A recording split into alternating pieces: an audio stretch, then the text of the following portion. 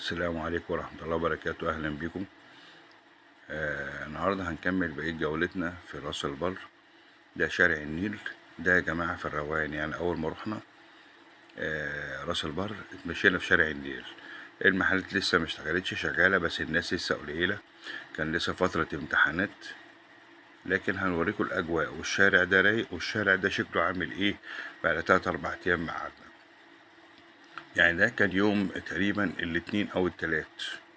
يوم ما رحنا يوم الجمعة اتفرجوا عليه في الفيديوهات اللي جاية، اللي بعد دقايق هتشوفوه زحمة ازاي، ومحلات زحمة ازاي، وملاهي او الشوارع زحمة ازاي. بص، المحلات هنا يعتبر شبه فاضية، تعدى على صوابع الناس. كان يوم الاثنين او التلات، اللي هو يعتبر قبل زحمة المصيف. احنا ماشيين في محلات لسه مفتحتش زي ما انتم شايفين كده اهو. اللي جاي بقى هتفرجوا اهو، اتفرجوا. كل ده بعدها بيومين 3 بالظبط، هتلاقي المحلات كلها زحمة والشوارع زحمة. حركة جميلة جدا، أجواء رائعة، حس بيها بروح الانتعاش وروح الحيوية وتجديد. حس فيه طاقة إيجابية.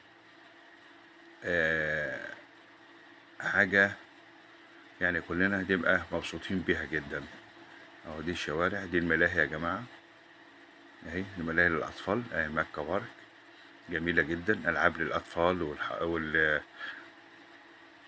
والكي جي 1 كي جي 2 الصغيرين دول، الحضانة، ألعاب صغيرة ليهم.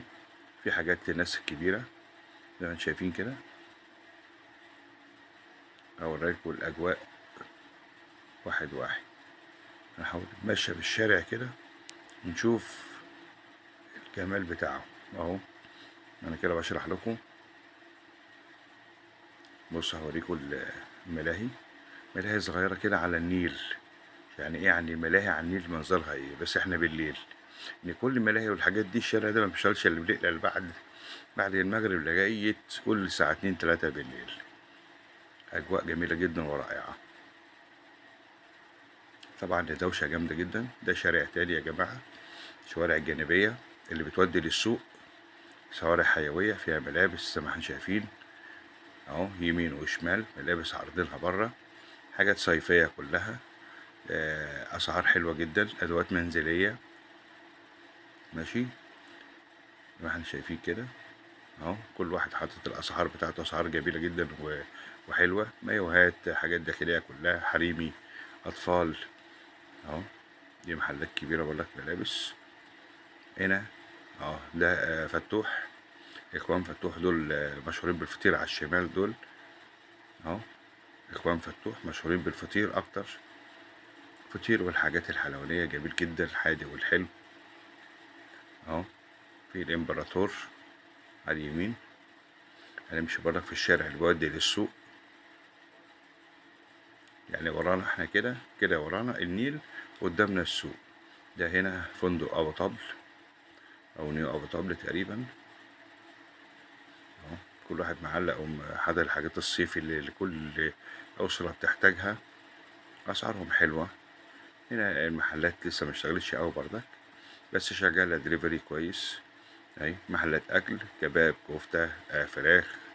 أجواء جميلة جدا في الشارع السياحي أو الشارع التجاري ده. كده رايحين على السوق يا جماعة، في شارع في وشنا زي ما احنا شايفين كده. أنا ماشي بوريكم الأجواء جوه السوق بالليل، أو الشارع بالليل، الشوارع بالليل. كده أنا وقفت، شايفين المحلات كلها فاتحة والناس بدأت تبقى في حركة أهو. ده التاكسي بتاع دمياط، منتشرين انتوا كويسة جدا، في مواقف العربيات، كل حاجة مريحة جدا، شوارع نظيفة. وإلى اللقاء في حلقة جديدة.